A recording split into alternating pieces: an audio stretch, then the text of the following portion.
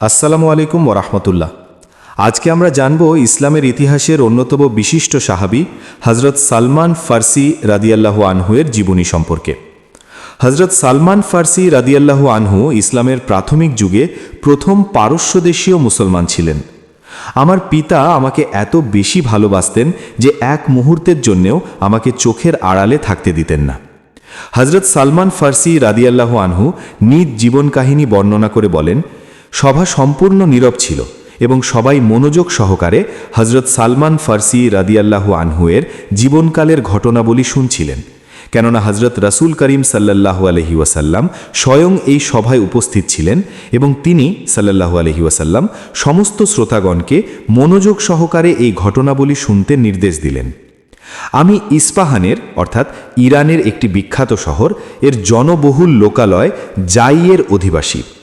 আমার পিতা এই অঞ্চলের বিখ্যাত জমিদার ছিলেন এবং আমাকে অত্যন্ত স্নেহ করতেন ও ভালোবাসতেন। এই কারণে আমাকে মেয়েদের মতো ঘরে রাখা হতো এবং এক মুহূর্তের জন্যও চোখের আড়ালে রাখা হতো না। একবার আমাদের গৃহ নির্মাণের কিছু কাজ আরম্ভ হলো, যাতে আমার শ্রদ্ধেয় পিতা অত্যন্ত ব্যস্ত হয়ে গেলেন ও তার পক্ষে ঘর থেকে বাইরে যাওয়া অসম্ভব হয়ে পড়ল। অপরদিকে বিষয় সম্পত্তি দেখাশোনাও জরুরি ছিল। সেহেতু আমার পিতা আমাকে নিজের কাছে ডেকে বললেন, আজ তুমি আমার জায়গায় চলে যাও, কিন্তু মনে থাকে যেন বেশি দেরি না হয়, কেননা তোমার অনুপস্থিতি আমাকে ব্যাকুল করে দেয়। সুতরাং আমি আমার পিতার নির্দেশানুযায়ী বাড়ি থেকে জমির দিকে রওনা হয়ে গেলাম। পথিমধ্যে আমি একটি গির্জার পাশ দিয়ে যাচ্ছিলাম। সেখানে খোদাপ্রেমিক কিছু খ্রিস্টান উপাসনায় রত ছিলেন এবং তাদের প্রার্থনা ও অনুনয় বিনয়ের শব্দ বাইরে থেকে শোনা যাচ্ছিল। আমার মনে অনুসন্ধিৎসু ভাবের উদয় হলো এবং আমি গির্জাঘরের মধ্যে গেলাম এবং তাদের উপাসনা করা দেখতে থাকলাম, যা আমার ভালো লাগলো এবং এর মধ্যে আমি মোহিত হয়ে গেলাম। প্রকৃতপক্ষে পিতৃপুরুষের ধর্ম অগ্নি উপাসনা আমাদের বংশে ছিল এবং আমরা অগ্নি উপাসনা করতাম। আমার প্রথম থেকেই ধর্মের প্রতি আকর্ষণ ছিল এবং আমি স্বয়ং উপাসনায় সম্পূর্ণরূপে অংশগ্রহণ করতাম। এমনকি আমি অগ্নি পর্যবেক্ষণকারী রূপে নিযুক্ত ছিলাম, অর্থাৎ আমি অগ্নিকুণ্ডে সর্বদা আগুন জ্বলন্ত রাখার দায়িত্বপ্রাপ্ত ছিলাম ও অতি সুষ্ঠুভাবে এই কাজ সম্পাদন করতাম। কিন্তু এটা একটা বাস্তব সত্য ছিল যে আমার মন সর্বদা একটি মহৎ সুন্দর ধর্ম ও উপাসনা পদ্ধতির অনুসন্ধানে ছিল, কেননা অগ্নি উপাসনা আমার মনোপ্পুত ছিল না। সেদিন গির্জায় কিছু লোকজনকে উপাসনা করতে দেখে আমার অন্তর উদ্গ্রীব হয়ে গেল। মনে হলো এই ধর্ম নিশ্চয়ই আমাদের ধর্মের চেয়ে ভালো ও উৎকৃষ্ট। আমি নিজ কাজকর্ম সব ভুলে গিয়ে সেখানে থেমে গেলাম এবং সারা দিন ওই সব খ্রিস্টান সাধু ব্যক্তিদের সাহচর্যে কাটালাম। এমনকি সূর্যাস্ত হয়ে গেল এবং রাতের অন্ধকার ছেয়ে গেল। আমি খ্রিস্ট ধর্ম সম্বন্ধে অনেক প্রশ্ন করলাম এবং তাদেরকে এটাও জিজ্ঞাসা করলাম, আপনাদের ধর্মের কেন্দ্র ও উৎপত্তিস্থল কোন স্থানে? তারা আমাকে বললেন, শাম আমাদের মূল কেন্দ্র। তারা আমাকে ধর্ম সম্বন্ধে আরও অনেক কথাবার্তা বললেন এবং এটা আমার ধর্ম পরিবর্তনের সম্বন্ধে চিন্তাভাবনা করার প্রথম উপলক্ষ।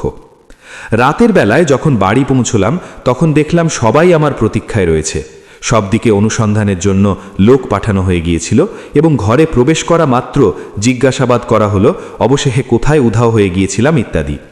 আমি যথাযথ সমস্ত ঘটনা শোনালাম এবং খ্রিস্টান সাধু ব্যক্তিদের উপাসনা করার প্রশংসা করলাম।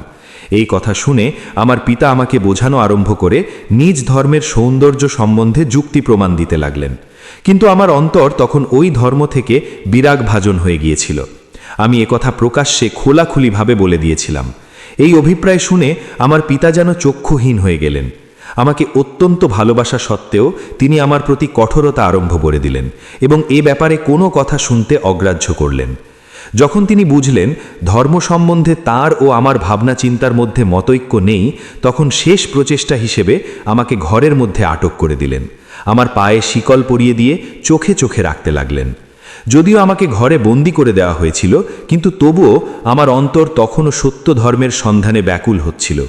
সেজন্যে আমি কোনো প্রকারে সেই খ্রিস্টান সাধুকে বলে পাঠালাম, যখন সিরিয়া অভিমুখে কোনো কাফেলা প্রস্থান করবে তখন অবশ্যই আমাকে বলে দেবে, যাতে আমি সত্য ধর্মের কেন্দ্রে পৌঁছতে পারি।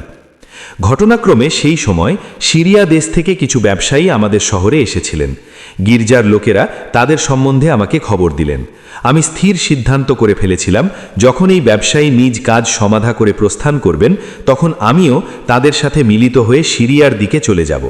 সুতরাং আমি যখন খবর পেলাম ওই ব্যবসায়ী প্রস্থান করছেন, তখন আমি পা থেকে শিকল খুলে ফেলে গোপনে সিরিয়াগামী ব্যবসায়ীদের সঙ্গে মিলিত হলাম এবং আমাদের যাত্রা শুরু হয়ে গেল। এটা ছিল ওই যাত্রা যা অবশেষে আমাকে আমার প্রভু ও মালিক হযরত মুহাম্মদ সাল্লাল্লাহু আলাইহি ওয়াসাল্লামের চরণতলে পৌঁছে দিয়েছিল। যদিও তখন গন্তব্যস্থল পৌঁছনোর জন্যে অনেক যাত্রা ও বিরতি আমার জন্য অপেক্ষমান ছিল। কয়েকদিন যাত্রা করার পর আমরা সিরিয়া পৌঁছলাম এবং আমি জনসাধারণকে জিজ্ঞাসা করলাম, এখানে সর্বশ্রেষ্ঠ জ্ঞান ও খোদা ভীতির দিক থেকে সবচেয়ে শ্রেষ্ঠ ব্যক্তি কে? ওই ব্যক্তিবর্গ আমাকে সবচেয়ে বড় পাদ্রী আসকাফ আজমের দিকে রওনা করে দিলেন, যিনি আমার বিবরণ শুনে নিজের কাছে থাকার অনুমতি দিলেন। আমি জ্ঞান, আধ্যাত্মিকতা ও খোদা ভীতিতে উন্নতি সাধনের জন্য ঘর বাড়ি পরিত্যাগ করে বিদেশে সবেমাত্র বাসোপযোগী হয়েছিলাম। কিন্তু এই পাদ্রীর সাথে কিছুদিন থাকার পর আমাকে নিজের এইসব পরিশ্রম ও ত্যাগ বৃথা হতে দেখলাম, কেননা বাহ্যিক পুণ্যবান দৃষ্টিগোচর হলেও এই পাদ্রী প্রকৃতপক্ষে ঘোর সাংসারিক ও লোভী ছিল। ব্যবহারিক দিক থেকে তার পার্থিব লোভ লালসা দেখে আমার অন্তরে অত্যন্ত ঘৃণা বোধ হলো, কিন্তু তখন প্রত্যাবর্তনের কোনো পথ ছিল না। অতএব আমি প্রতীক্ষা করতে থাকলাম যেন খোদা তাআলা আমার জন্য কোনো সঠিক পথ উন্মুক্ত করেন। অতঃপর এমনি একদিন সেই পাদ্রীর মৃত্যু হলো এবং লোকজন তার অন্ত্যেষ্টিক্রিয়া সম্পন্ন করার ব্যবস্থা করলেন। যেহেতু আমি ওই পাদ্রীর সাথে থাকতাম, সেই জন্যে আমার জানা ছিল যে সাদকা ও খয়রাতের জন্য আসা স্বর্ণমুদ্রা ও রৌপ্যমুদ্রা অনেকগুলি মৃৎপাত্রে সংরক্ষিত আছে। এখন যেহেতু তিনি মারা গিয়েছেন, এই জন্যে আমি লোকজনকে এই কোষাগারের বিষয়ে বলে দিলাম, যাতে ওই সমস্ত মুদ্রা দরিদ্র লোকজনের মধ্যে বিতরণ করা যায়। শহরের লোকেরা তখন আসকাফ আজমের এই ঘটনা শুনে অত্যন্ত রাগান্বিত হলেন এবং প্রচণ্ড ঘৃণা প্রকাশ করলেন। ওই ব্যক্তির মৃত্যুর পর যিনি পাদ্রী নির্বাচিত হলেন, তিনি একজন পুণ্যবান ও সাধু ব্যক্তি ছিলেন, যার সাংসারিকতায় কোনো আসক্তি ছিল না। সুতরাং আমি তাকে ভালোবাসতে লাগলাম এবং সর্বদা তার সেবায় নিয়োজিত থাকতাম। কিন্তু ওই পুণ্যবান পাদ্রীর জীবন রক্ষা পেল না এবং তার শেষ সময় এসে গেল। আমি তার সমীপে নিবেদন করলাম, এখন তো আপনি আমাকে ছেড়ে চলে যাচ্ছেন, কিন্তু এটা তো বলুন, আপনার পরে প্রকৃত ধর্মের অনুসন্ধান ও খোঁজ খবরের জন্যে কার সমীপে আত্মনিয়োগ করব? এই কথা শুনে তিনি বলেন, হে আমার প্রিয় বৎস, ধর্মের প্রকৃত শিক্ষার জন্য আমি কর্মনিষ্ঠ ছিলাম, এখন তো সেটা অস্তিত্বহীন হয়ে যাচ্ছে।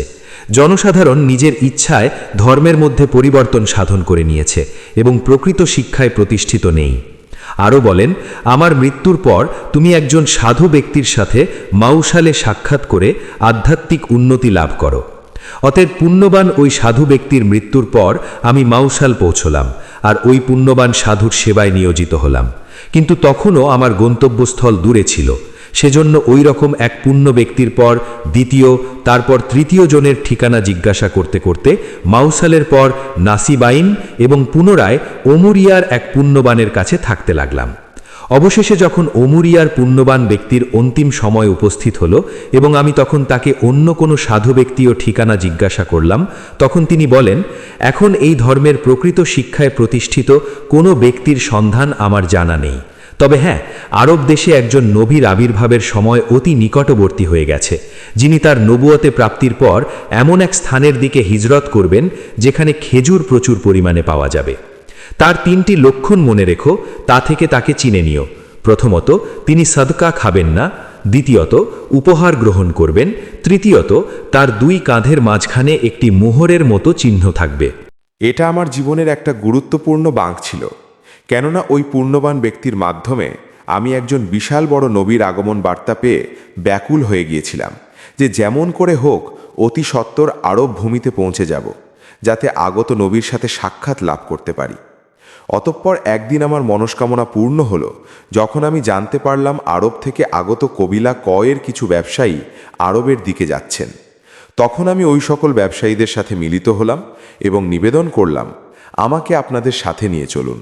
তারা বিনিময়ে সাথে যাওয়ার জন্য আমার কাছ থেকে ভেড়া ছাগল নিয়ে নিল এবং আমাকে তাদের সাথে নিয়ে আরবের দিকে রওনা হয়ে গেল। যখন আমাদের যাত্রীদল কোরা উপত্যকায় পৌঁছালো, তখন আমার সঙ্গী ব্যবসায়ীদের নিয়তে ত্রুটি দেখা দিল।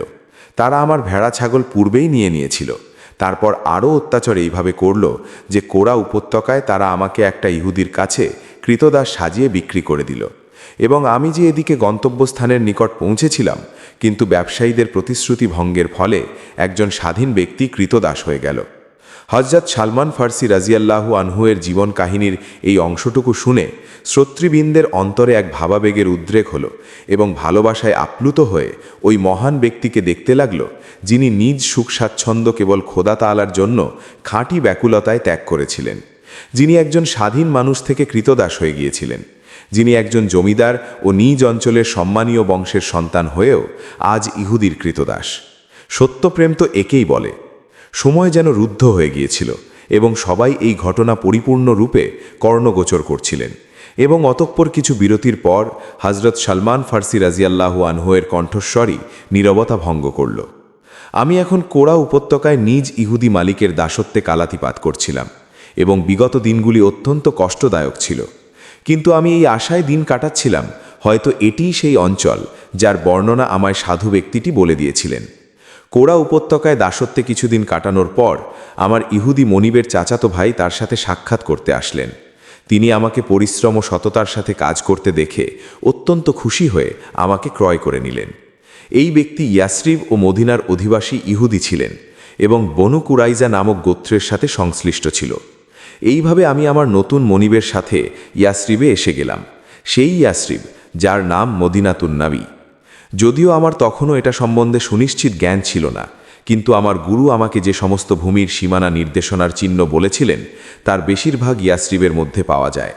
সুতরাং আমার আশা আকাঙ্ক্ষা আর একবার প্রাণবন্ত হয়ে গেল এবং খোদা তাআলার নিয়তির প্রতীক্ষায় থাকলাম।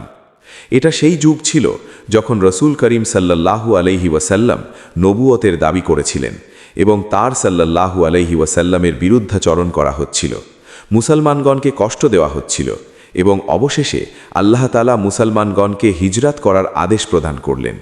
হুজুর আকরাম সাল্লাল্লাহু আলাইহি ওয়াসাল্লাম আল্লাহ তাআলার নির্দেশ অনুসারে হযরত আবু বকর সিদ্দিক রাজিয়াল্লাহু আনহুয়ের সাথে মক্কা থেকে বাহির হলেন এবং আল্লাহর হেফাজতে সংরক্ষণে যাত্রা শেষ করে অবশেষে মদিনা মানাওয়ারার কয়েক মাইল দূরে অবস্থিত কোবা নামক গ্রামে পৌঁছিলেন ও শিবির স্থাপন করলেন। কোরা থেকে অদূরে বনু কুরাইজার খেজুর বাগান ছিল, যেখানে আমি ইহুদি মনিবের জমিতে কাজ করতাম। সেদিনও যথারীতি আমি নিজ কাজে রত হয়ে একটা খেজুর গাছের মাথায় চড়ে খেজুর ছিঁড়ছিলাম। আমার মনিব গাছের তলায় বসে কাজের তদারকি করছিলেন। অকস্মাৎ আমি দেখলাম আমার মনিবের এক আত্মীয় দ্রুত পদক্ষেপে আমার দিকে এলেন এবং আনসার গোত্রকে গালি দিয়ে আমার মনিবকে বলতে লাগলেন, এই সব লোক কোবায় এক ব্যক্তির কাছে একত্রিত হয়েছে যিনি নিজেকে নবী বলছেন, আর আজকেই তিনি মক্কা থেকে এখানে পৌঁছেছেন। ওই ব্যক্তির মুখ থেকে এরূপ কথাবার্তা শুনে আমি যেন আনন্দে আত্মহারা হয়ে গেলাম।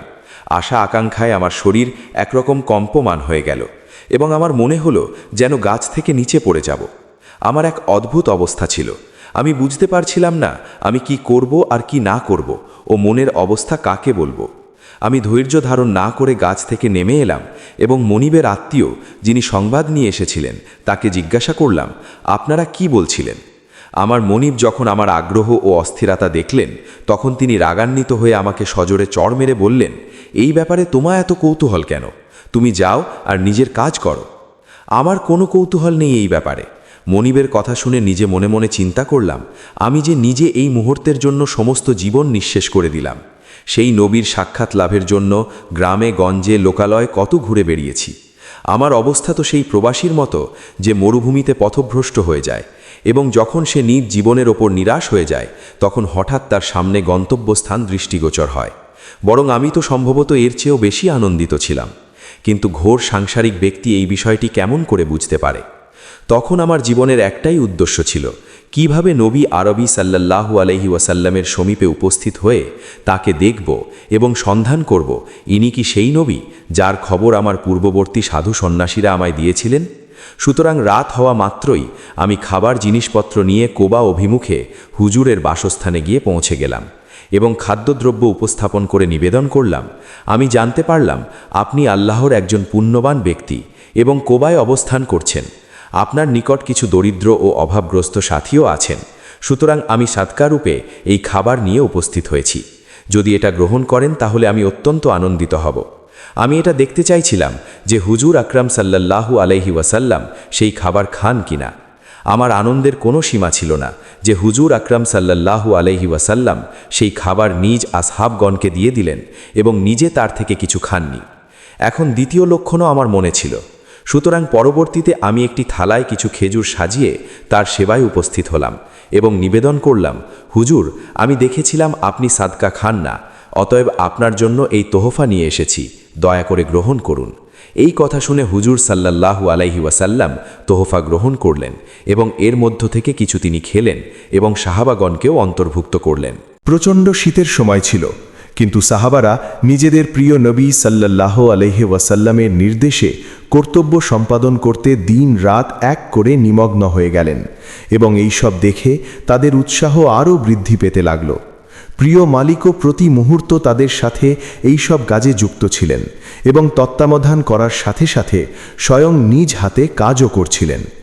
এই রূপে অবিরত 6 দিন রাত কাজ করে এই পরীক্ষা খনন সম্পূর্ণ হল। যখন কাফিরদের বিশাল সৈন্যবাহিনী মদিনাকে ধ্বংস করার স্বপ্ন দেখছিল, এখানে পৌঁছে বিস্মিত ও হতবুদ্ধি হয়ে গেল, চক্ষু ছানা বড়া হয়ে গেল। এত বিশাল লম্বা ও চওড়া পরীক্ষা অতিক্রম করা তাদের সাধ্যের বাইরে ছিল। তখন বাধ্য হয়ে সেখানেই পরীক্ষার নিকট অস্থায়ী শিবির স্থাপন করল এবং ভবিষ্যতের জন্য পরিকল্পনা চিন্তা করতে লাগল। হুজুর আকরাম সাল্লাল্লাহু আলাইহি ওয়াসাল্লামও 3000 সাহাবা সঙ্গে নিয়ে এদিকে শিবির স্থাপন করলেন এবং কাফেরদের তৎপরতা নিরীক্ষণ করতে থাকলেন। মক্কার কাফেররা মদিনা অবরোধ করে এমন জায়গার অনুসন্ধান আরম্ভ করল যেখান থেকে মদিনা আক্রমণ সম্ভব হয় এবং সাথে সাথে রাজনৈতিক কৌশল ব্যবহার করে মদিনা সংলগ্ন ইহুদি গোত্র বনু কুরাইজাকেও তাদের সঙ্গে নিয়ে নিল। অথচ রাসূলুল্লাহ সাল্লাল্লাহু আলাইহি ওয়াসাল্লামের সঙ্গে এই সব গোত্রের যুদ্ধ না করার সন্ধি হয়েছিল। মদিনার বাইরে একটি বিশাল সেনাবাহিনী ও মদিনার ভিতর থেকে বনু কুরাইজার বিশ্বাসঘাতকতা বাহ্যত যুদ্ধের ছক সম্পূর্ণ কাফেরদের অনুকূলে চলে গিয়েছিল এবং দুর্বল ইমানের লোকজন ও মুনাফেকরা কপট প্রকাশ্যে বলতে লাগল, আল্লাহ ও তার রসুলের প্রতিশ্রুতি ভুল সাব্যস্ত হয়েছে। অন্যদিকে পরিপূর্ণ মুমিনরা আল্লাহ তাআলার উপর নির্ভর করেছিলেন এবং জানতেন অবস্থা যতই খারাপ হোক না কেন এই নিয়তি অটল, আল্লাহ ও তার রসুল জয়যুক্ত হবেন এবং শত্রুরা বিফল মনোরথ হবে। সুতরাং বাহ্যিক প্রত্যাশা যতদূর সম্ভব শেষ হয়ে যাচ্ছিল আর খোদা তাআলার উপর তাদের ঈমান আরও দৃঢ় ও গভীর হয়ে যাচ্ছিল। শত্রুপক্ষ থেকে দিবারাত্রি এই প্রয়াস ছিল যেমন করে হোক পরিপাটি রূপে আক্রমণ করা, কিন্তু ছোট ছোট আক্রমণ ব্যতীত যাতে কিছু লোক ক্ষয়ও হয়েছে, বড় আক্রমণ সম্ভব হয়নি। দিন এমনি এমনি কাটতে লাগল এবং মিত্রবাহিনীর উৎসাহ শেষ হয়ে যাচ্ছিল। এই সৈন্যদল যেহেতু বিভিন্ন গোত্রের সংমিশ্রণ ছিল এবং মুসলমানদের শত্রুতা ছাড়া আর কোনো কারণে অংশগ্রহণ বা ভক্তি ভালোবাসা পারস্পরিক ছিল না, যেমন যেমন দিন অতিবাহিত হতে লাগল পরস্পর ভুল বোঝাবুঝি সৃষ্টি হতে লাগল এবং অবশেষে সৈন্যদলে সুস্পষ্ট মতভেদ দেখা দিল। এবং ঠিক সেই রাতে যখন অবিশ্বাস চরমে পৌঁছে গিয়েছিল, খোদা তাআলার পক্ষ থেকে অত্যন্ত এক প্রচণ্ড ঘূর্ণিঝড় বহিতে থাকল, যার দ্বারা কাফেরদের ছাউনিতে হইচই আরম্ভ হয়ে গেল। ঘূর্ণিঝড়ের ফলে তাঁবু ফেটে গেল, তাঁবুর বেড়া ছিন্ন ভিন্ন হয়ে গেল, বালি মাটি ও কাঁকর মিলে যেন বৃষ্টির মতো কাফেরদের সৈন্যদলকে বিপর্যস্ত করে দিল। ওই সমস্ত আগুনও নিভে গেল যা সৈন্যদলের শ্রেষ্ঠত্ব চিহ্ন হিসাবে প্রজ্বলিত করা হয়েছিল। ওই সমস্ত লোকেদের অন্তরে প্রথম থেকে একে অপরের প্রতি ঘৃণার উদ্রেক হয়েছিল। ভীষণ ভয় ও কম্পন প্রকাশিত হল এবং এই সৈন্যদল যারা মদিনাকে ধ্বংস করার উদ্দেশ্য নিয়ে এখানে এসছিল, সকাল হওয়ার পূর্বে স্নায়বিক দুর্বলতায় দমে গিয়ে ময়দান ছেড়ে চলে গেল। আমি গ্রামে গঞ্জে সত্য ধর্মের অনুসন্ধান করতে করতে অবশেষে ইসলামে আলিঙ্গনাবদ্ধ হয়েছিলাম। প্রতিটি স্বাচ্ছন্দ্য ও আরামে হুজুরের সম্মুখে থাকতাম এবং যতদূর সম্ভব তার কাছ থেকে অনুগ্রহ লাভ করতাম। এই সময় যা আমি আমার প্রিয় মালিকের সম্মুখে কাটিয়েছি সেটা আমার জীবনের বড় প্রাপ্তি ও সম্পদ ছিল। কিন্তু আমার এই ধারণা ছিল না একদিন আমার জীবদ্দশায় প্রিয় নবীর সাল্লাল্লাহু আলাইহি ওয়াসাল্লামের বিচ্ছিন্নতার দিন দেখতে হবে। মক্কা বিজয়, ধর্ম অর্থাৎ ইসলাম পূর্ণতা লাভ করল। লোকেরা দলে দলে ইসলাম ধর্ম গ্রহণ করতে লাগল এবং অতঃপর একদিন অকস্মাৎ আমাদের প্রিয় নবী সাল্লাল্লাহু আলাইহি ওয়াসাল্লাম বিদায় লাভ করে নিজ সর্বশ্রেষ্ঠ বন্ধুর নিকট হাজির হয়ে গেলেন। পৃথিবী যেন আমার কাছে অন্ধকার হয়ে গেল। অন্যান্য সাহাবাদের ন্যায় আমিও গভীর শোকে আত্মহারার মতো হয়ে গেলাম এবং এক মুহূর্তের জন্য এই রকম মনে হলো যেন সব কিছু শেষ হয়ে গেছে। কিন্তু পর মুহূর্তে আল্লাহ তাআলা খেলাফতে রাশেদার মাধ্যমে ভয়কে শান্তিতে রূপান্তরিত করে দিল এবং ইসলাম উন্নতি করতে লাগল। কিন্তু মদিনায় আমার প্রেমাস্পদের শ্রণনে এত কষ্ট পেতাম, মন ব্যাকুল হয়ে যেত। পরবর্তীতে যখন হযরত উমর ফারুক রাদিয়াল্লাহু আনহুর যুগে ইরাকে বসবাস করার সুযোগ পেলাম, আমি ইরাকে বসবাস গ্রহণ করলাম, যাতে একদিকে বিভিন্ন যুদ্ধাভিযানে অন্যান্য মুসলমানদের সাথে অন্তর্ভুক্ত হতে পারব এবং অন্যদিকে সেখানে নবমুসলিমদের শিক্ষা দীক্ষার কাজ করতে পারব। ইরাক ও ইরানের যুদ্ধাভিযানে আমার অংশগ্রহণ ইসলামী সৈন্যদলের জন্য এই দিক দিয়ে উপযুক্ত ছিল, আমার ওইসব অঞ্চল সম্বন্ধে অধিক তথ্য জ্ঞান ছিল এবং ফার্সি ভাষা জানার কারণে নিজ দেশবাসীকে ইসলামের প্রকৃত বার্তা পৌঁছে দিতে পারতাম। অতএব আমার এই অভ্যাস ছিল, যখন কোনো অঞ্চলে অগ্রসর হতাম তখন প্রথমে সেই অঞ্চলের অধিবাসীদিগকে ইসলামের সাধারণ শিক্ষা জ্ঞাত করাতাম, যদি তারা চায় শত্রুতা ছেড়ে বন্ধুত্বের হাত বাড়াতে পারে।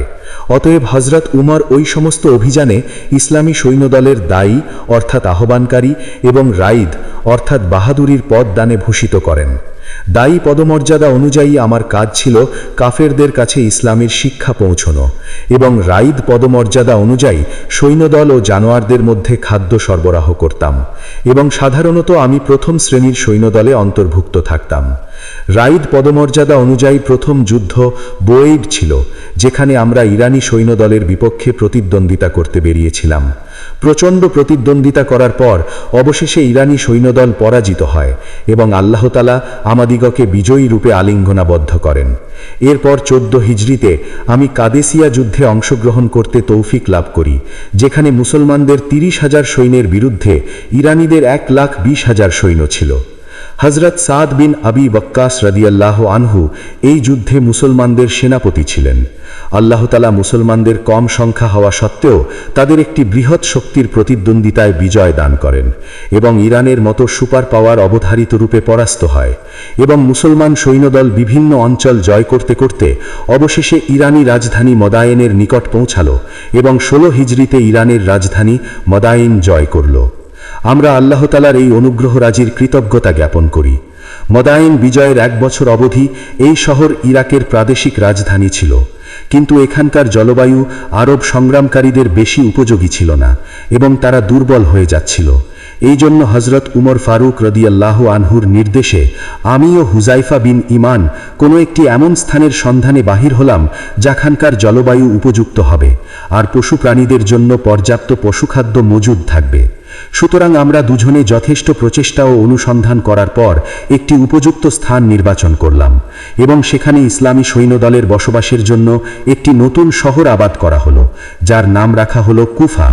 আমি নিজ যোগ্যতানুসারে এবং আল্লাহ তাআলা প্রদত্ত সামর্থ্যানুযায়ী কর্ম সম্পাদন করছিলাম এবং স্বীয় কাজে সন্তুষ্ট ছিলাম। সমসাময়িক খলিফার পক্ষ থেকে এক বড় দায়িত্ব অর্পণ করা হয়েছিল। হযরত ওমর রাদিয়াল্লাহ আমাকে মাদায়েনের গভর্নর নিযুক্ত করলেন। যদিও এটা অনেক বড় কাজ ছিল, কিন্তু শুধু আল্লাহ তাআলার অনুগ্রহে আমি এই দায়িত্ব অতি সুন্দর রূপে সম্পাদন করতে সামর্থ্য লাভ করেছিলাম। আমার প্রচেষ্টা এই ছিল, ওই সেবার বিনিময়ে যা কিছু বেতন পাব সেটা খোদা তাআলার রাস্তায় খরচ করে দেব এবং স্বয়ং নিজ হাতে পরিশ্রম করে মজুরি উপার্জন করব। সুতরাং আমি গভর্নর হওয়া সত্ত্বেও বস্তা বিক্রি করতাম আর ওই উপার্জিত অর্থে নিজের জীবিকা নির্বাহ করতাম। হযরত ওমর রাদিয়াল্লাহ যখন এই সম্বন্ধে জানতে পারলেন, তখন তিনি সহানুভূতির খাতিরে আদেশ দিয়ে এই কাজ বন্ধ করে দিলেন। আমি সরল সহজ প্রকৃতির লোক ছিলাম, অতএব গভর্নর হওয়ার পর আমি একই আচার ব্যবহার বজায় রাখতাম এবং কখনো আমি মনে মনে এটা ভাবিনি আমাকে জনসাধারণের উপর প্রশাসক করে দেওয়া হয়েছে। আমি তো কালও সেবক ছিলাম এবং আজ গভর্নর হওয়ার পরও একজন সেবক। আমি জনগণের কাজ করে তাদের সাহায্য করে তৃপ্তি পেতাম। এই সরলতা ও সহজভাবের জন্য একদিন এক বিস্ময়কর ঘটনার সম্মুখীন হলাম। এমন এক ঘটনা ঘটল, এক ব্যক্তি যিনি অপরিচিত ছিলেন এবং কোনো অন্য অঞ্চল থেকে মাদায়েন এসেছিলেন, তার মালপত্র ওঠানোর জন্য মুটের আবশ্যক হলো। আমি সেই সময় সেখান দিয়ে যাচ্ছিলাম। সেই অপরিচিত ব্যক্তি আমার সাদাসিধে মুখাবয়ব দেখে আমাকে মজদুর অনুমান করল এবং বললেন, আমার এই মালপত্র উঠিয়ে অমুক জায়গায় পৌঁছে দাও। আমিও তাকে বলিনি আমি এখানকার গভর্নর, এবং চুপচাপ মালপত্র উঠিয়ে তার সাথে রওনা হলাম। শহরের লোকেরা যখন এই অবস্থা দেখল তখন ওই ব্যক্তিকে মূল ব্যাপার বলল এবং ক্ষমা প্রার্থনা করতে বললেন। সেই অপরিচিত ব্যক্তিটি হতবাক হয়ে গেল এবং আমার কাছে ক্ষমা প্রার্থনা করতে লাগল। আমি অযথা আপনাকে কষ্ট দিয়েছি। আমি তাকে উৎসাহ দিয়ে বললাম, কোনো ব্যাপার নয়, এখন তো আমি তোমার মালপত্র গন্তব্যস্থানে পৌঁছে দিয়ে ফিরে আসব। অতএব অজস্র পীড়াপিড়ি করা সত্ত্বেও আমি তাই করলাম। জনসাধারণ এই ব্যাপারে অবাক হয়ে গেলেন, কিন্তু আমার দৃষ্টিতে এটা কোনো অস্বাভাবিক ব্যাপার ছিল না। হজরত ওমর রাদিয়াল্লাহের খেলাফাতের যুগে শেষ বৎসরে আমার বিবাহ করার চিন্তা ভাবনা হলো, এবং এই অনুভব হলো একাকিত্ব দূর করার জন্য একজন সাথী হওয়া আবশ্যক। এইভাবে আমি বুনি কুন্দা বংশে বিবাহ করলাম। আমার স্ত্রীর নাম বকিরা, এবং আল্লাহর অনুগ্রহে সে এক পুণ্যবতী ও সাধারণ কাজকর্মের বিচক্ষণ মহিলা ছিল। আমি তো এতদিন পারিবারিক দায়বদ্ধতা থেকে মুক্ত ছিলাম, এখন এই দায়বদ্ধতা চালিয়ে যাওয়ার প্রচেষ্টা করতে লাগলাম। ইতিপূর্বে আমার মনে গৃহ নির্মাণ করার চিন্তাভাবনা ছিল না, কিন্তু এখন আমি একটা ক্ষুদ্র গৃহ নির্মাণ করলাম যাতে সানন্দে জীবন অতিবাহিত করতে পারি। আল্লাহ তাআলার অনুগ্রহে তাই হলো। যদিও আমি বদর যুদ্ধে অংশগ্রহণ করতে পারিনি, রাসূলুল্লাহর নিকট সম্বন্ধ হওয়ার কারণে হজরত ওমর রাদিয়াল্লাহ আমার পেনশন বদরি সাহাবাদের সমান নির্ধারিত করে দিয়েছিলেন। এমনি আমার জীবন আল্লাহর অনুগ্রহে খুব সুন্দরভাবে কাটছিল। এখন অতীতের কঠিন পরিস্থিতি শুধুমাত্র স্বপ্ন হয়ে গেছে। কেমন করে ইরান থেকে রওনা হয়ে আরব ভূমিতে পৌঁছিলাম, স্বাধীন থেকে দাসত্বে এবং পুনরায় মালিকের মাধ্যমে দাসত্ব থেকে প্রত্যাবর্তন করে স্বাধীন যাত্রা যদিও দীর্ঘ ছিল, কিন্তু এখন জীবনের এই বাঁকে পৌঁছে এই সব কিছু শুধু স্মৃতি হয়ে গিয়েছিল। প্রত্যেকটি দুঃখ কষ্ট বিদূরিত হয়ে গিয়েছিল এবং জীবন সফল ও নিশ্চিন্তে অতিবাহিত হচ্ছিল। হজরত সালমান ফার্সি রাদিয়াল্লাহের জীবন কাহিনী আপনারা শুনলেন। সেই মহামানব যিনি শুধু আল্লাহ তাআলার উপর আস্থা ও নির্ভর করে সেই পথ বেছে নিয়েছিলেন যা অত্যন্ত কঠিন ও কষ্টদায়ক পথ ছিল। নিজে সব কিছু হাতের নাগালের মধ্যে রেখে সত্য ধর্ম ও সত্য নবীর সন্ধানে বাহির হয়ে গিয়েছিলেন। পথে কোনো অসুবিধা তার সংকল্প ও উদ্দীপনার হ্রাস পায়নি। অতঃপর বিশ্ববাসী দেখেছে আল্লাহ তাআলা তার সত্যিকার আবেগ অনুভূতি নষ্ট হতে দেননি। তিনি শুধু রাসূলুল্লাহর সাথে সাক্ষাৎ লাভে কৃতকার্য হননি, বরং হুজুর সা তার প্রতি স্নেহশীল হয়ে আহলে বায়েতের মধ্যে স্বীকৃতি অর্জন করেন। শুধু এটাই নয়, পক্ষান্তরে হুজুর সা আল জুমুয়ার তফসির প্রসঙ্গে তার কাঁধে হাত রেখে এই বিরাট ভবিষ্যৎবাণী করেন, যদি ঈমান সপ্তর্ষি মণ্ডলে উঠে যায় তাহলে তার অর্থাৎ সালমান ফার্সি রাদিয়াল্লাহের জাতির এক ব্যক্তি সেটা ফিরিয়ে আনবেন। যেমন আপনারা সবাই এই ভবিষ্যৎবাণী হজরত মাসিহ মাউদের সত্তায় পরিপূর্ণ লাভ করেছেন, যিনি পারস্য বংশের ছিলেন। তার বংশধর ইরান থেকে হিজরত করে ভারতবর্ষে বসবাস করেন। মোট কথা, হজরত সালমান ফার্সি রাদিয়াল্লাহ যদিও দেরিতে মুসলমান হয়েছিলেন এবং প্রাথমিক দিকে অনেক প্রসিদ্ধ যুদ্ধে অংশগ্রহণ করতে পারেননি, কিন্তু আল্লাহ তাআলা তার আন্তরিকতা ও আবেগ উচ্ছ্বাসকে ফলবতী করেন, স্বচ্ছ সেবা করার সামর্থ্য লাভ করেন। হজরত ওমর রাদিয়াল্লাহ তাকে মাদায়েনের গভর্নর নিযুক্ত করেন এবং এখানেই তার বিয়ে বনু কান্দার এক পরিবারের একজন সম্মানীয়া মহিলা বুকিরার সাথে হয়েছিল। 33 হিজরিতে ভ্রাতৃত্বের ফলে তার ভাই হওয়া রাসূলের মহান সাহাবী হজরত আবু দারদা দামেশকে পরলোক গমন করেন। তখন তিনি শোক যাপন করার জন্য সিরিয়া গমন করেন। 35 হিজরিতে তার মৃত্যু হয় মাদায়েনে। সাদ বিন আবি ওয়াক্কাস রাদিয়াল্লাহ নামাজে জানাজা পড়ান এবং মাদায়েনে অন্ত্যেষ্টিক্রিয়া সম্পন্ন হয়। তার মাজার এখনও সেখানে বিদ্যমান এবং এই অঞ্চলকে সালমান পাক বলা হয়। এই স্থানে আগত পুণ্যোদ্ধারীরা দোয়া করার জন্য তার মাজারে অবশ্যই যায়। তার উত্তরাধিকারীর মধ্যে স্ত্রী ছাড়া 3 কন্যা রেখে গেছেন। একটি কন্যার বিবাহ ইস্পাহানে, যদিও বাকি দুজনের মিশরে হয়। হজরত সালমান ফার্সি রাদিয়াল্লাহের এই সম্মান অনেক বড় ছিল, যিনি পারস্যবাসীর মধ্য থেকে সবচেয়ে প্রথম মুসলমান হয়েছিলেন এবং তার নেকি, জ্ঞান ও তাকওয়া অর্থাৎ খোদা ভীতির কারণে রাসূলুল্লাহ ও তার খালিফারা হজরত সালমান ফার্সি রাদিয়াল্লাহের সাথে ভালোবাসা ও স্নেহপূর্ণ ব্যবহার করতেন। তার জীবন খোদা তাআলার ও তার রাসূলের প্রেমের এক জীবন্ত ছবি ছিল। এটা শুধু আল্লাহ তাআলার প্রতি খাঁটি ভালোবাসা, প্রেম ও তার সাথে মিলিত হওয়ার প্রগাঢ় উন্মাদনা ছিল, যিনি নিজের গৃহের সুখ স্বাচ্ছন্দ্য পরিবেশ ত্যাগ করে জনবসতি ও অরণ্যে ঘোরাফেরা করতে বাধ্য হয়েছিলেন। इश्क है जिनसे तूताए ये सारे जंगल पुर खतर इश्क है जो सर झुका दे জের তেগ আবদার। অর্থাৎ প্রেমই এমন যা সমস্ত দুর্গম অরণ্য অতিক্রম করতে বাধ্য করে। প্রেমই এমন যা শানিত তরবারির ন্যায় সম্মুখে মস্তক অবনত করে দেয়। তার অনুসন্ধান যেহেতু খাঁটি ছিল, তাই আল্লাহ তাআলা তার খাঁটি মনোবাঞ্ছা বৃথা যেতে দেননি এবং তাকে স্বয়ং সেই নবীর চরণতলে পৌঁছে দিয়েছিলেন যিনি সমস্ত নবীদের সর্দার ছিলেন। তিনি এখানেও এমন পূর্ণতম দাসত্ব অবলম্বন করেছিলেন, দাসত্বের ধাপ থেকে উন্নতি করতে করতে রাসূলুল্লাহর আহলে বায়েতের অন্তর্ভুক্ত হয়ে গিয়েছিলেন। সত্য কথা, এই ভালোবাসা তো ভাগ্যবানরা পেতে পারে এবং অবশ্যই হযরত সালমান ফার্সি রাদিয়াল্লাহ একজন সৌভাগ্যবান সত্তা ছিলেন।